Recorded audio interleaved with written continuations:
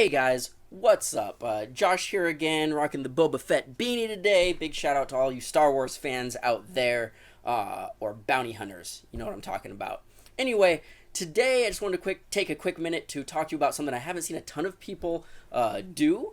And we do it at our games. I think it's a really big help. They used to do it at when I used to play Airsoft. And it's just something that you might want to consider doing at your games. You don't have to by any means. And that is a field walkthrough. I think it really helps players get an idea of where everything is, where it's going to be, and especially for new players coming in, right? It's not just like, hey, we're going to capture the flag's over there, and one of the flags is over here. So I've been to games where, a flag has been, I've been told, like, a flag's on the other side of the field, and I had no idea where it is, and, the game ended up being like, no one knew where flags were, and there was all sorts of stuff like that. So one of the things that we do at our games is, everybody's getting ready, they load up. Once we're loaded up, we usually go, hey, we're going to do a field walkthrough. And some of the people who have been coming to our games for years, they're like, we're going to stay and load up. And that's totally fine. Everybody's going to have to go every single time. But what we'll do is, especially anybody that's new, come on, we're going to walk you through the field just to let you know where all of the sort of points of interest are.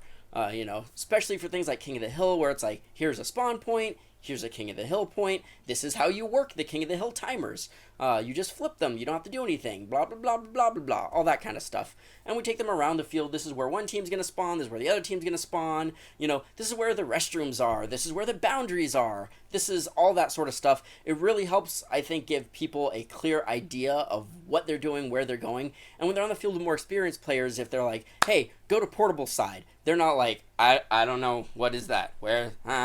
Offices.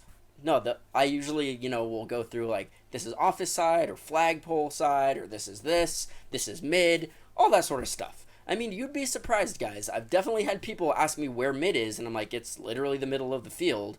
I would think it's obvious, but if they had gotten there at the beginning of the game and, gone through a walkthrough, they'd have known because we went through and I showed them every single point, where everything is, what they needed to do, how they needed to do it, take questions and things like that is, hey, does anyone have any questions about where they can go, or if there's a boundary somewhere, or like you can't step into here because this is a spawn point sort of thing.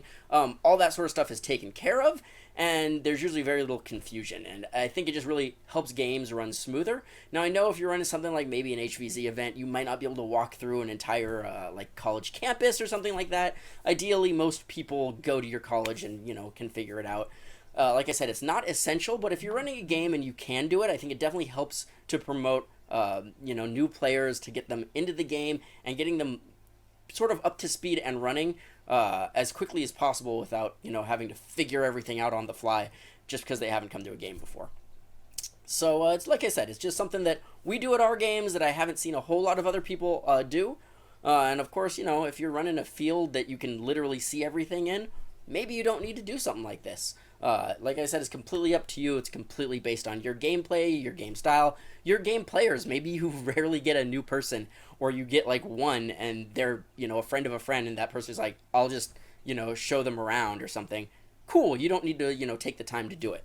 But, if not, or especially if it's a new game and you're trying to get a lot of people together, or you play in an environment where you can't see everything, like because there's buildings in the way for us, it's great to go around them and be like, this is what's here, this is what's here, this is a point of interest, this is our bridge, this is this, just kind of get people in the mindset of like, this is where things are. They're not going to necessarily know right at the beginning, but it helps them get their bearings very quickly and be able to sort of jump in feet first and start running. So just an idea. Maybe you try it at some of your games, especially like I said, if you have some new people, and maybe it'll work out for you guys. Hopefully that helped. We're going to continue on with some more stuff in the coming weeks with running games, but we're also going to get back to some of the other things, some rules stuff, hopefully, some more tips and ideas. If you have anything you want to see, let us know in the comments below. As always, guys, thanks so much for watching. Stay safe, have fun, happy tagging, and may the force be with you.